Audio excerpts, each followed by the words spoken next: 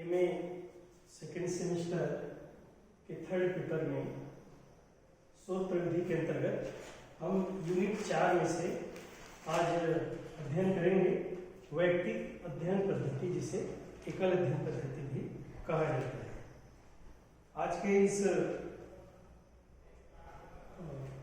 के इस लेक्चर में आप सभी का स्वागत है। वैयक्तिक अध्ययन पद्धति को एक गुणात्मक अध्ययन पद्धति कहा जाता है।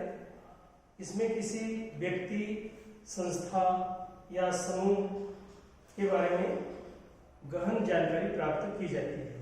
वैयक्तिक अध्ययन पद्धति का प्रयोग अति प्राचीन अध्ययन पद्धति के रूप में जाना जाता है और वर्तमान समय में भी इसका अध्ययन पद्धति का प्रयोग किए जाते हैं।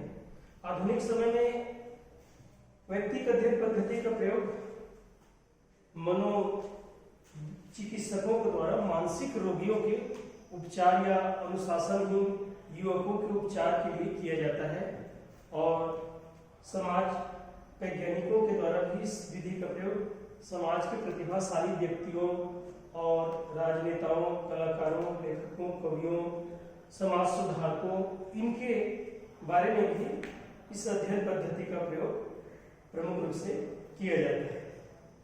वैयक्तिक अध्ययन पद्धति एक गुणात्मक अध्ययन पद्धति है और इसमें एक व्यक्ति, एक संस्था का सावधानी पूर्वक और पूर्ण विश्लेषण किया जाता है। इसके अंतर्गत हम अध्ययन करेंगे वैयक्तिक अध्ययन पद्धति की कुछ विशेषताएं बताई गई है। वैयक्तिक अध्ययन पद्धति की जो विशेषताएं हैं उसमें पहला जो हम विशेषता के बारे में पढ़ेंगे, अध्ययन की एक विशिष्ट इकाई। वैयक्तिक अध्ययन पद्धति में अनुसंधानकर्ता किसी विशिष्ट इकाई का अध्ययन करता है और वो विशिष्ट इकाई एक परिवार हो सकता है, एक समाज हो सकता है, कोई एक समूह हो सकता है, कोई एक जाति या उपजाति या समुदाय, इनका विशिष्ट रूप से अध्ययन किया जाता है, जिसमें उसके इतिहास से लेकर के वर्तमान का अध्ययन किया जाता है। तो ये वैयक्तिक अध्ययन पद्धति की ये पहली विशेषताएं बताई गई हैं और इकाई चाहे छोटी हो या बड़ी हो, उसका गहन पूर्वक अध्ययन किया जाता है। दूसरा है गहन अध्ययन। वैयक्तिक अध्ययन पद्धति के अंतर्गत इकाई के बारे में जो अनुसंधान करता होता है वो गहन जानकारी प्राप्त करता है और इतिहास से लेकर के वर्तमान तक की समस्त उनकी विषयों के संबंध में अध्ययन किया जाता है। गहन अध्ययन वैयक्तिक अध्ययन पद्धति की एक दूसरी विशेषता बताई गई है और इसमें सभी पक्षों का, सभी घटनाओं का अध्ययन किया जाता है। तीसरा है संपूर्ण अध्ययन।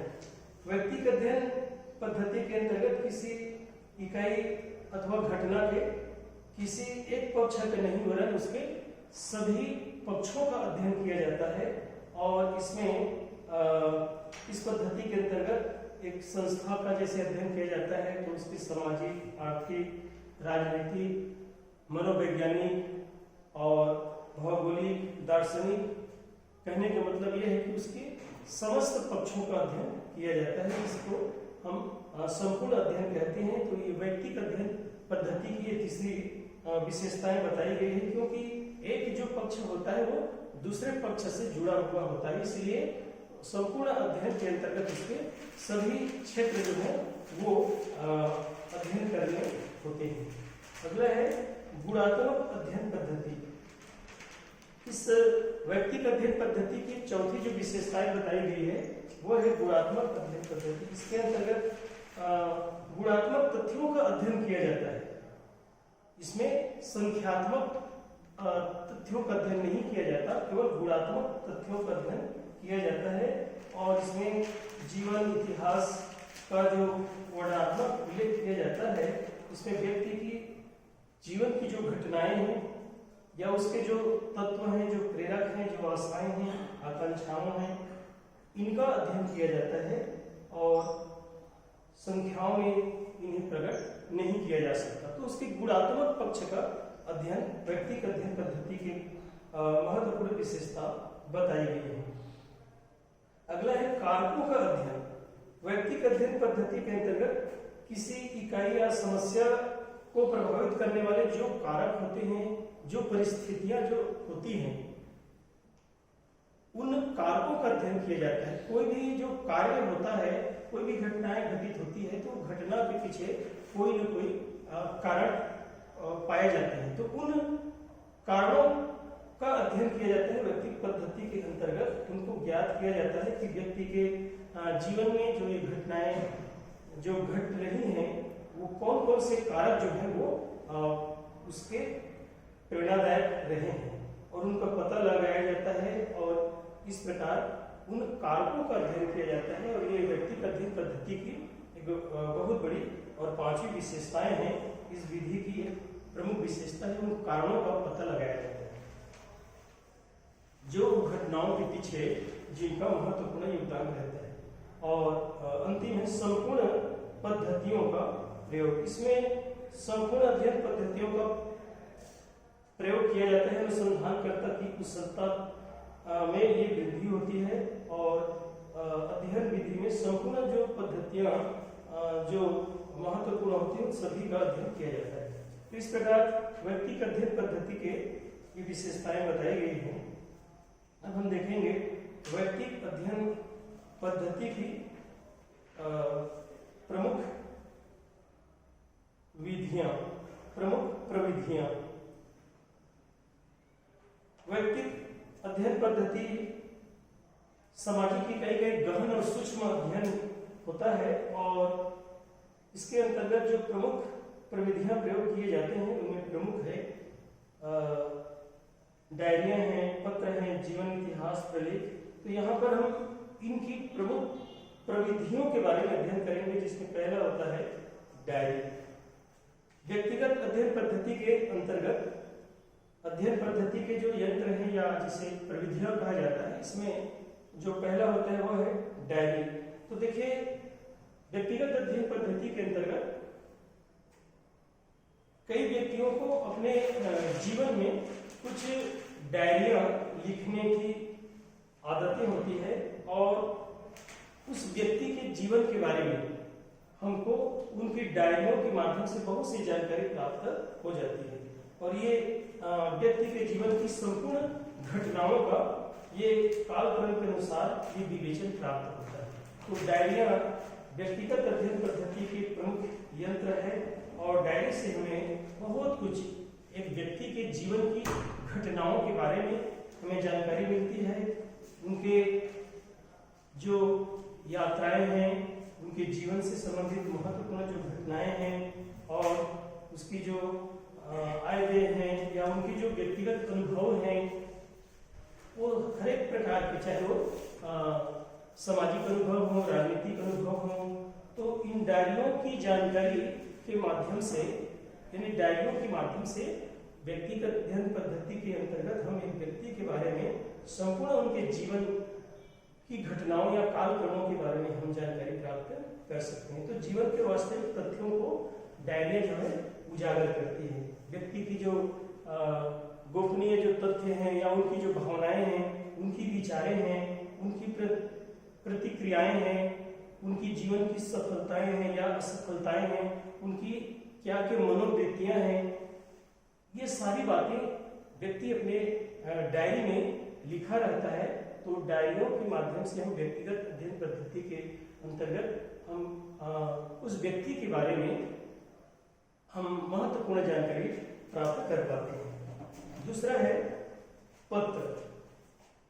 व्यक्तिगत अध्ययन पद्धति की जो यंत्र है उसमें दूसरा जो होता है वो है पत्र। पत्रों के माध्यम से हम व्यक्ति की भावनाओं या विचारों को जान पाते हैं, या एक व्यक्ति के पत्र को पढ़ने के द्वारा व्यक्ति की जो भावनाएं हैं या विचारें हैं उसका एक दूसरे के साथ आदान प्रदान करने में आसानी होती है। तो कई बार व्यक्ति के जो पत्र होते हैं उस विषय पर उसके जो दृष्टिकोण चित्रण किए रहते हैं, तो पत्र के माध्यम से भी एक व्यक्ति दूसरे व्यक्ति के साथ अपना संबंध स्थापित कर पाता है, क्योंकि पत्र के माध्यम से भी व्यक्ति की जो भावनाएं हैं, उनकी जो अभिरुचियां हैं, उनकी जो इच्छाएं हैं, उनकी जो मनोवृत्तियां हैं, उनके जो विचार हैं, उनको हम जान पाते हैं।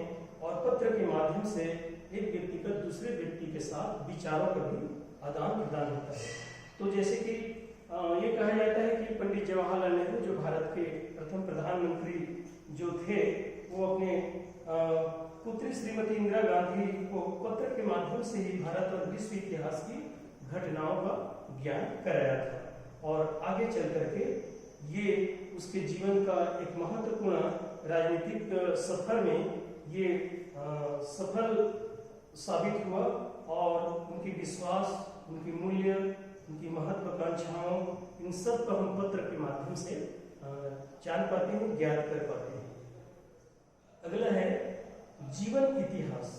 व्यक्ति अध्ययन में महत्वपूर्ण सूचना का स्रोत जीवन इतिहास रहा है। इसके अंतर्गत जीवन से संबंधित विभिन्न जो तथ्य होते हैं, जो घटनाएं, उनकी जीवन की जो श्रृंखलाबद्ध होती है, उन समूहों का सांस्कृतिक मूल्यों के साथ जो संबंध होता है, तो उसमें जीवन के विकास का ऐतिहासिक वर्णन मिलता है। तो जीवन इतिहास को परिभाषित करते हुए कहा गया है कि जीवन इतिहास का तात्पर्य विस्तृत आत्मकथा से है। तो उसके जीवन का इतिहास का इसमें अध्ययन किया जाता है। और एक व्यक्ति के इतिहास को हम जानने के द्वारा ही उसके जीवन की आगे के बारे में हम अच्छे से जान पाते हैं, क्योंकि इतिहास के बिना हम उसका सही अध्ययन नहीं कर पाते या सही जानकारी हमें प्राप्त नहीं हो पाती। तो किसी भी व्यक्ति के बारे में या किसी संस्था के बारे में या किसी समाज के बारे में या किसी देश के बारे में हमें जानने के लिए उसके इतिहास में हमें जाना पड़ता है। और इतिहास के माध्यम से हम उनकी जो जानकारियां हैं उनको हम अच्छे से समझ पाते हैं और जान पाते हैं। और एक अंतिम जो पॉइंट है वो है प्रलेख।